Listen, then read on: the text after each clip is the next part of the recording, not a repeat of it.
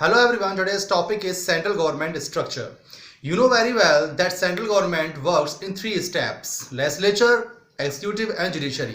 Many students have a big confusion about it, and you don't worry, I will try my level best to remove all confusions. So guys, let's start.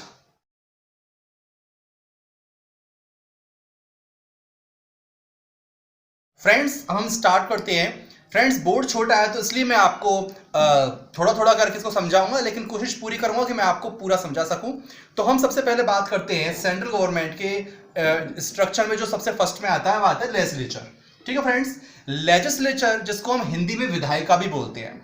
ठीक है, legislature का क्या work होता है? बहुत से बच्चे confusion में होते हैं कि हमें लेजिस्लेचर, एग्जीक्यूटिव और जुडिशरी के बीच में जो डिफरेंस है वो हमको एब्सोल्युटली तरीके से नहीं पता कि आखिर ये तीनों क्या वर्क करती हैं. तो सबसे पहले हम बात करेंगे यहाँ पे लेजिस्लेचर के वर्क की. तो फ्रेंड्स, लेजिस्लेचर को हम विधायिका भी बोलती हैं. इसका जो मेन वर्क है वो है लॉ मेकिंग बॉडी. मतलब लेजिस्लेचर जो होता है वो लॉ मतलब कानून बनाता है. लेजिस्लेचर के पास ये पावर होती है कि वो किसी भी कानून को बना सकता है और किसी भी कानून में संशोधन कर सकता है और किसी भी कानून को हटा सकता है. तो इन शॉर्ट यदि हम बात करें तो लेजिस्लेचर का मेन जो वर्क होता है वो होता है कानूनों को बनाना, उनको संशोधन करना या उनको हटाने का काम होता है.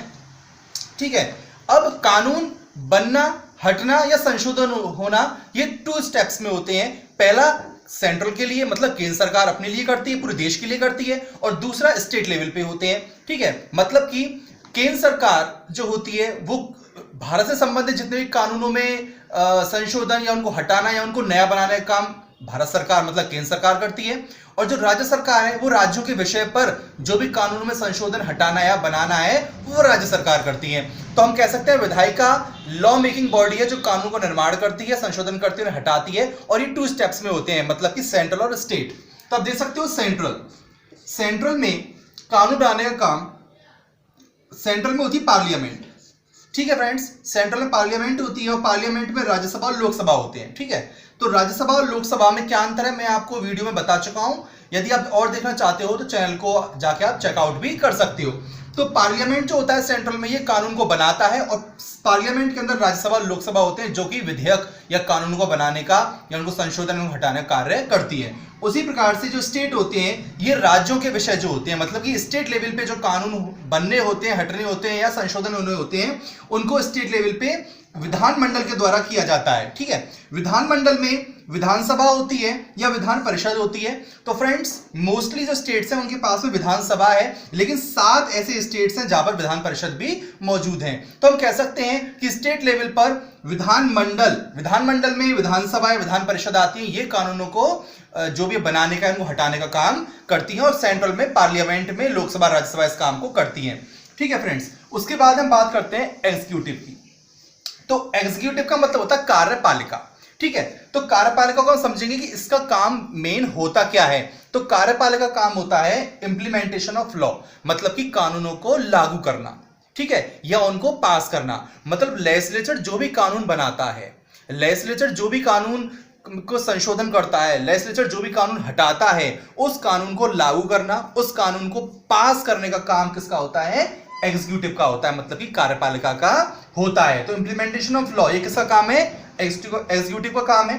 और इस लॉ को भी 2 स्टेप में इंप्लीमेंट करवाया जाता है, पहला सेंट्रल और दूसरा स्टेट. तो यहां पे देखने वाली बात है कि सेंट्रल में कौन कौन होता है इंप्लीमेंटेशन के लिए. तो राष्ट्रपति, उपराष्ट्रपति और प्रधानमंत्री ये सेंट्रल लेवल पे होते हैं. राष्ट्रपति हमारे देश का सर्वोच्च अधिकारी होता है. ठीक है, उसके बाद में उपराष्ट्रपति, प्रधानमंत्री. अब एक्चुअली प्रधानमंत्री चुनने से पहले या प्रधानमंत्री नियुक्त होने से पहले वो लोकसभा का सदस्य होता है. इसीलिए जब वो प्रधानमंत्री पद के लिए नियुक्त हो जाता है राष्ट्रपति के द्वारा, तो ऐसी स्थिति में जो प्रधानमंत्री है वो लोकसभा सदस्य के साथ साथ एग्जीक्यूटिव का भी मेंबर माना जाता है, क्योंकि राष्ट्रपति जो होता है ये प्राइम मिनिस्टर को अपॉइंट करता है, लेकिन राष्ट्रपति मजबूर होता है उस प्राइम मिनिस्टर को अपॉइंट करने के लिए जो लोकसभा में बहुमत दल का नेता होता है. राष्ट्रपति अपने मन से किसी को प्राइम मिनिस्टर अपॉइंट नहीं कर सकता, ये सिर्फ उसी को अपॉइंट कर सकता है जो कि लोकसभा में बहुमत दल का नेता होता है. और उसके बाद में 4 नंबर पे आता है मंत्रिपरिषद. ठीक है, तो सेंट्रल में राष्ट्रपति, उपराष्ट्रपति, प्रधानमंत्री और मंत्रिपरिषद हो गया। और मंत्रिपरिषद में भी 3 तरह के मंत्री होते हैं, कैबिनेट मंत्री, राज्य मंत्री और उप मंत्री। ठीक है, मतलब कि कैबिनेट मंत्री की सहायता के लिए राज्य मंत्री और राज्य मंत्री की सहायता के लिए उप मंत्री होते हैं। उसी प्रकार से तो कह सकते हैं कि सेंट्रल मतलब कि केंद्र सरकार के लेवल पर जो कानून को इम्प्लीमेंटेशन कराने का जो काम है वो राष्ट्रपति, उपराष्ट्रपति, प्रधानमंत्री और मंत्रिपरिषद करती हैं। और स्टेट लेवल पे कानूनों का पालन करवाने वाली जो पॉइंट्स है वो कौन कौन है? राज्यपाल, मुख्यमंत्री और मंत्रिपरिषद। ठीक है, तो स्टेट लेवल पे कानूनों का जो पालन करवाते हैं वो राज्यपाल, मुख्यमंत्री और मंत्रिपरिषद होते हैं। उसके बाद में हम बात करते हैं जुडिशियरी की। ठीक है फ्रेंड्स, तो हम जुडिशियरी की बात करते हैं। जुडिशियरी का मतलब होता है न्यायपालिका।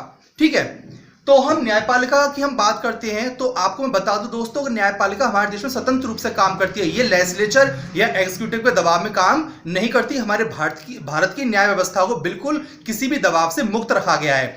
तो हम बात करते हैं इसके तीसरे और सबसे महत्वपूर्ण अंग की जिसने लोकतंत्र को बचाया हुआ है, वो है हमारी जुडिशियरी, न्यायपालिका। तो जुडिशियरी का काम क्या होता है? तो मेन काम होता है कि आप देखिए फ्रेंड्स, लेजिस्लेचर जो भी कानून बनाती है उस कानून को पास करने का, लागू करने का काम किसका होता है? एग्जीक्यूटिव का होता है। और जो कानून लागू हो जाते हैं पास होकर, उन कानूनों को फॉलो करवाने का, मतलब कि यदि उन कानूनों को तोड़ता है तो ऐसी स्थिति में जुडिशियरी उसको पनिश करती है। तो कह सकते हैं पनिश लॉ ब्रेकर्स, कानून तोड़ने वालों को पनिश करने का काम किसका होता है? जुडिशियरी का होता है। इसके अलावा लेजिस्लेचर और एग्जीक्यूटिव के बीच में यदि मान लीजिए कोई डिस्प्यूट हो जाए तो इन दोनों के बीच का डिस्प्यूट खत्म करने के लिए जुडिशियरी को ही बीच में आना पड़ता है। तो जुडिशियरी भी 3 स्टेप्स में काम करती है फ्रेंड्स। पहला है सुप्रीम कोर्ट, सेकंड है हाई कोर्ट और थर्ड है डिस्ट्रिक्ट कोर्ट।